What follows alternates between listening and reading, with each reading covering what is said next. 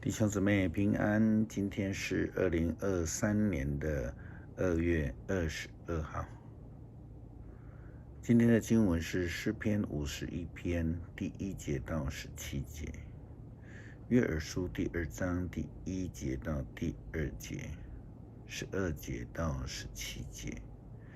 哥林多后书第5章20节到第6章的第10节，马太福音第6章第1节到第6节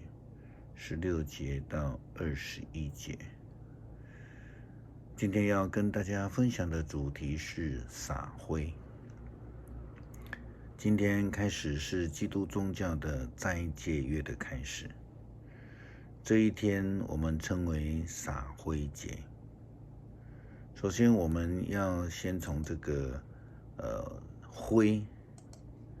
来聊起来。我们都知道灰是经过烈火的焚烧，烧到最后已经都没有东西了，我们称为烧尽。在火烧尽了以后呢，会有灰留下来。过去的传统宗教仪式当中有烧生祭的宗教仪式，现代人呢仍有烧香的习俗。无论我们说的传统宗教或是礼仪教会，如同大公教会，俗称的天主教、东正教，以及其他的这个礼仪教会，也都还在烧香。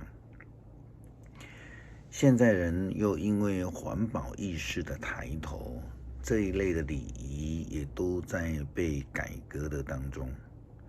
如同台湾的烧金纸等行为都有在改变当中。灰既然是烧祭物，烧祭品所剩下来的烬，在宗教上面呢，被视为是圣品。传统宗教里面，我们说有那个符经过拜拜之后，似乎就有了神性，可以保护人，所以很多传统宗教都挂符。在早期台湾的医疗不发达的时期，又有人因为身体不好，就求了神明，烧了符纸，而将灰烬烧了喝。这种行为我们称为喝符水。当时候的人似乎还蛮相信这一套的。从旧约以色列传统留下来的撒灰，虽然是同样从祭拜的行为所剩余的这个灰烬，但是基本上在仪式上或是信仰的意义上面呢，是截然不同的。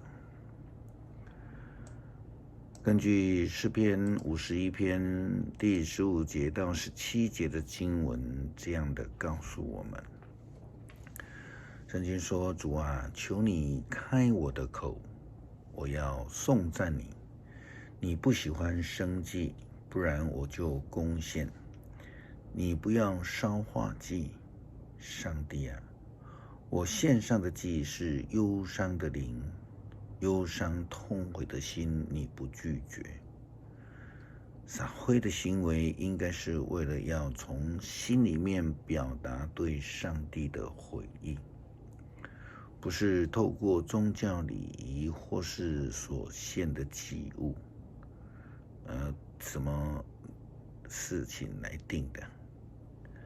撒灰的仪式在旧约的传统当中就常常出现了。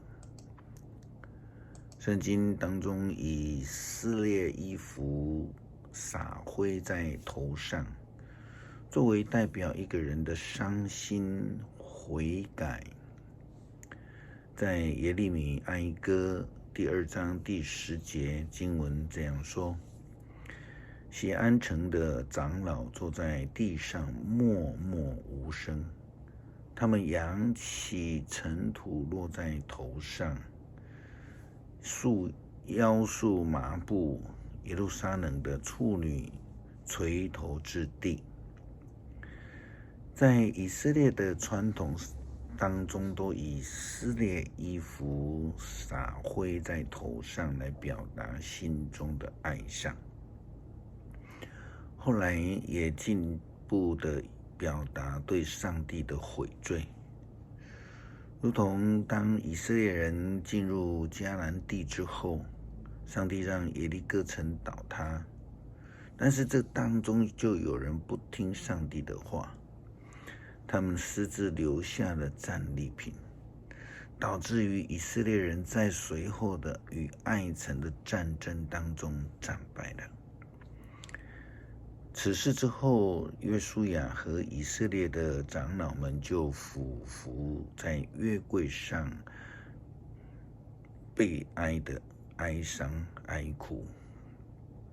圣经约书亚记载在第7章的经文这样告诉我们：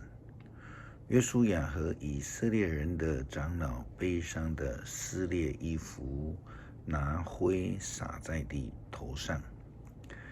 在上主的约柜前俯伏地上，直到傍晚。耶稣基督曾经对犹太人说，如果有神迹行在外邦之城推罗与西顿，那么他们早就披麻撒灰了。这是记载在圣经马太福音11章20节到24节。圣经说，那时耶稣谴责曾经看见他行过许多神迹的城市，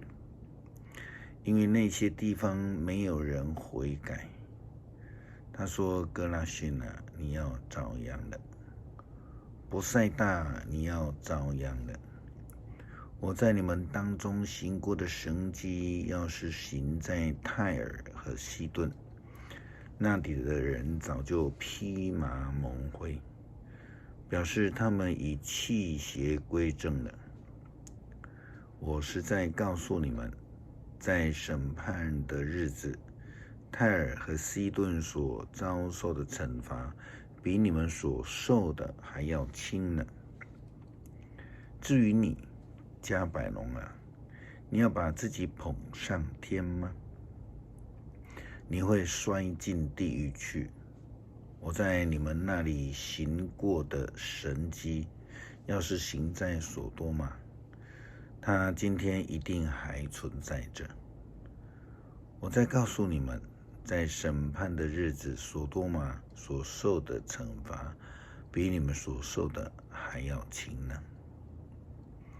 约拿书的记载也提到了类似的情形。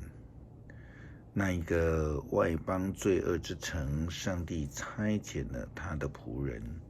先知约拿传福音去到尼尼微城。尼尼微全城的人就从上到下，从人到牲畜，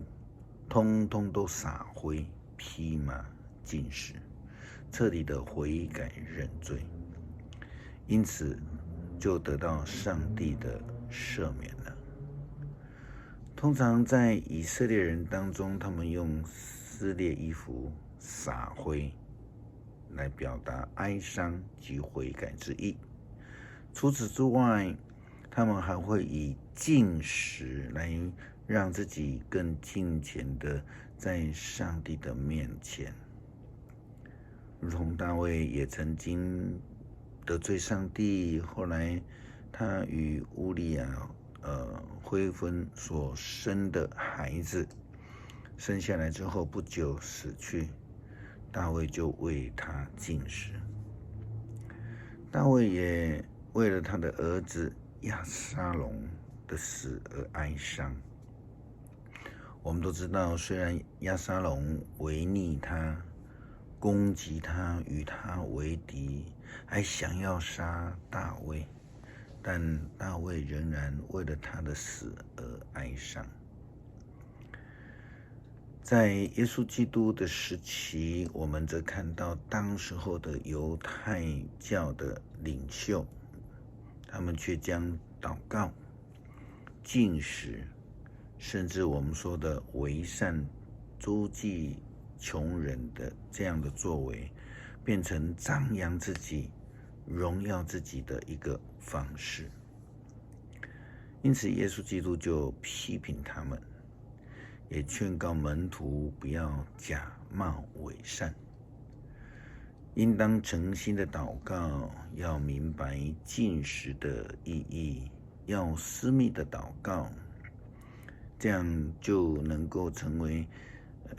现代的基督徒，我们说在戒约里面所实行的几个非常重要的敬虔的方式。基督徒千万不能乱了方向，应当要抓住斋戒月、禁食、祷告，或是平常为善的一个精神，用来与上帝建立亲密而良好的关系，明白上帝的旨意与诫命，来荣耀上帝，而不是荣耀自己。今天的经文诗篇51篇第1节到第17节，篇幅比较长，请兄姐自己来研读。请特别注意第15节到第17节的经文。我们一起祷告，感谢上帝赐下独生子耶稣基督，为了我们世人的罪而牺牲自己，被钉在十字架上。求主你帮助我们透过撒会日、斋戒月来反省我们自己。祷告感谢奉主耶稣基督圣名求，阿们。